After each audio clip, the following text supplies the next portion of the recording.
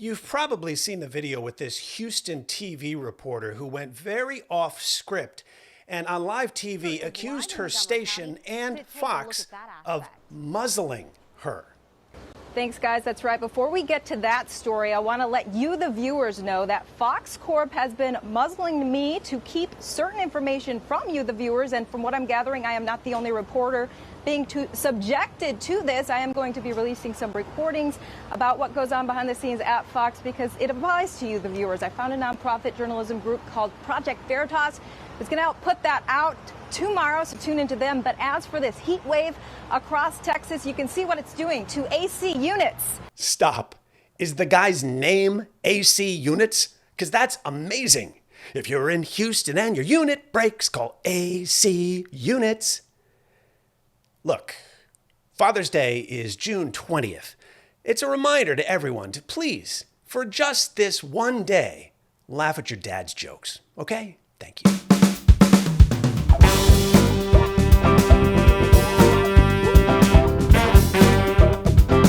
I spent 25 years as a local TV reporter in markets like Miami, Orlando, and New York City. And my first reaction to watching that video was, well, I desperately wanted to know what the phone call from the news director was like the second she was off the air. I imagine it was very, very special. You just don't use a live shot to trash your own station without bringing all the power of that station right down on your head. So already it was very clear that was this reporter's last appearance on Fox 26. But what about these recordings that she promised? Do they actually prove she was the real journalist and the station and the station's owner, Fox, was just trying to keep information from viewers? Well, I watched the video and I have some thoughts.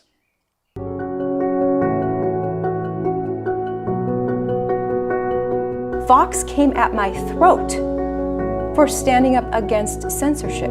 A few things right up front. I do not know this reporter, and I don't really know the station.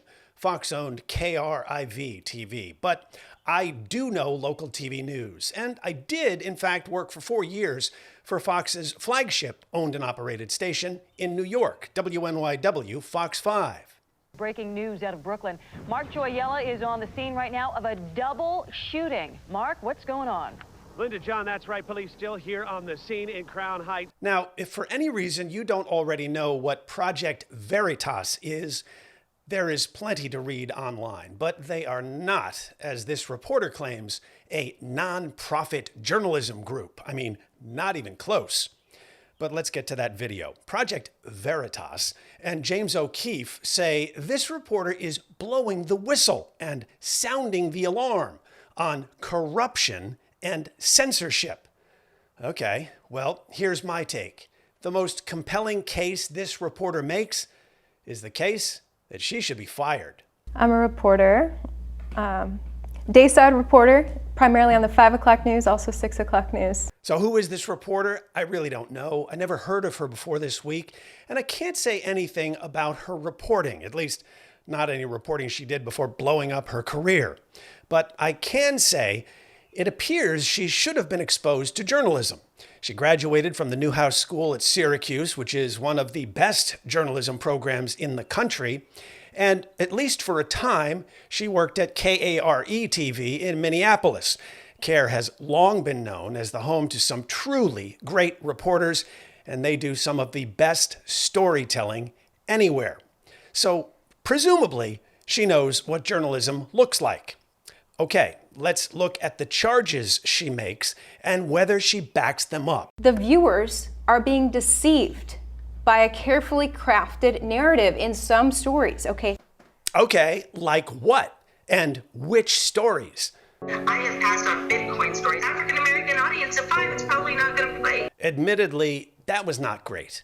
But I think what the assistant news director is saying here is not that she's killing some story to support a carefully crafted narrative, but rather one that's a lot more basic to local news. What kind of stories will a station's audience find boring and then change the channel?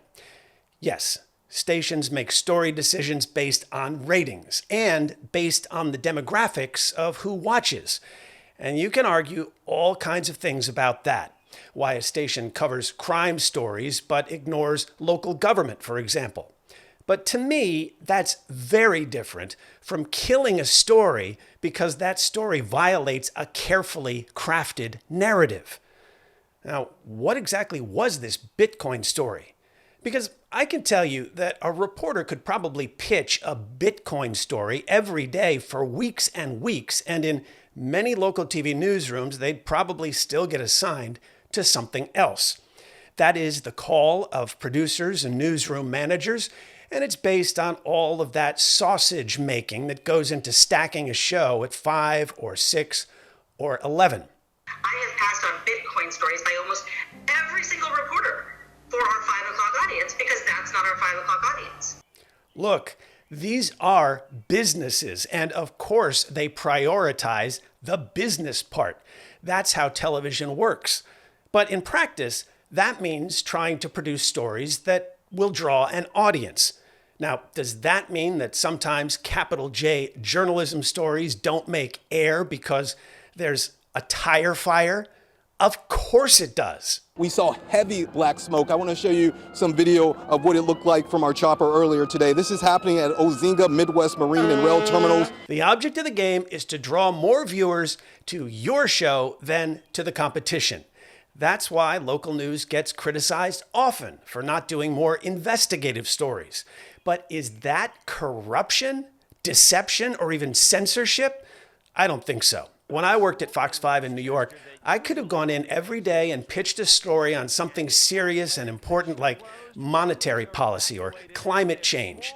And 9 times out of 10, I was still going to get assigned to something more urgent, more immediately newsworthy, and sometimes just to something other New York stations were covering, or something people in the city were talking about. I once spent an entire day covering a cat that got caught in a wall in Greenwich Village. Was that important? Well, it was probably important to the cat, but people watched. You bet they did. And did choosing that story over something more serious make me feel muzzled as a journalist? No. Then this Houston reporter goes on and says this. She's shutting down a news story that's actually happening, and that's just one of many news stories. So here, she's suggesting her bosses were censoring her and keeping her from covering a story on hydroxychloroquine. But she never says what it was that she wasn't allowed to report. And it didn't take me more than 30 seconds to find story after story that her station did on that drug. So exactly what is being censored? The answer, I guess, is this. Cease and desist posting about hydroxychloroquine. In my opinion, you failed as a reporter. It sounds to me like they're talking about social media posts and not news stories. Specifically, social media posts like this. I've always not wanted to believe in conspiracy theories or anything, but I'm witnessing this with my own eyes, Facebook and Twitter, taking down countless videos of Dr. Stella Emanuel of Houston, specifically copies of the press conference where she spoke yesterday in D.C.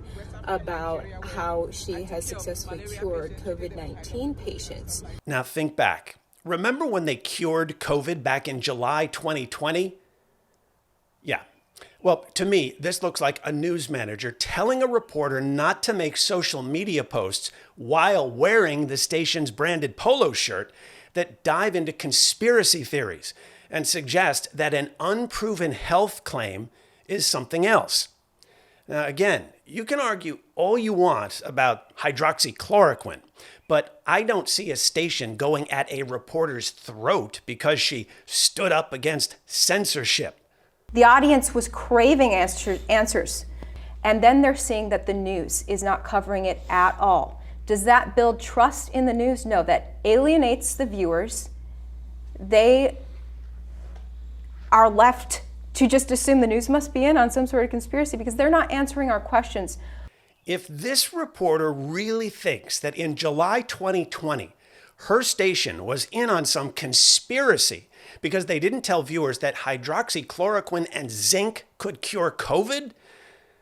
Folks, this is not the Pentagon Papers. It's not just about the viewers, it's about what our CEO reads. It's about what our GM reads. It's not just about the viewers, it's about what our CEO reads, it's about what our GM is general manager. What does that mean to you? That means that corporate values are above the viewer's interests. No. This sounds to me like a news director warning a reporter that she should be worried about the station general manager seeing her ranting on social media about censorship and making those unproven claims of a cure for COVID, because that's dangerous, and she represents the station. Nonetheless, she goes on to accuse Fox, I think I'm getting this right, of killing stories about COVID-19 vaccines because companies like Pfizer are buying tons of advertising for those vaccines, and it is all part of some kind of conspiracy that also involves the Ad Council.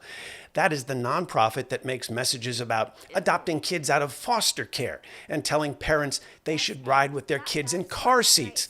To make sure I'm in the right car seat. They also produced this spot you've probably seen. I want to go back to work and I want to be able to move around. To visit with Michelle's mom, to hug her and see her on her birthday. You know what I'm really looking forward to is going to opening day in Texas Ranger Stadium with a full stadium.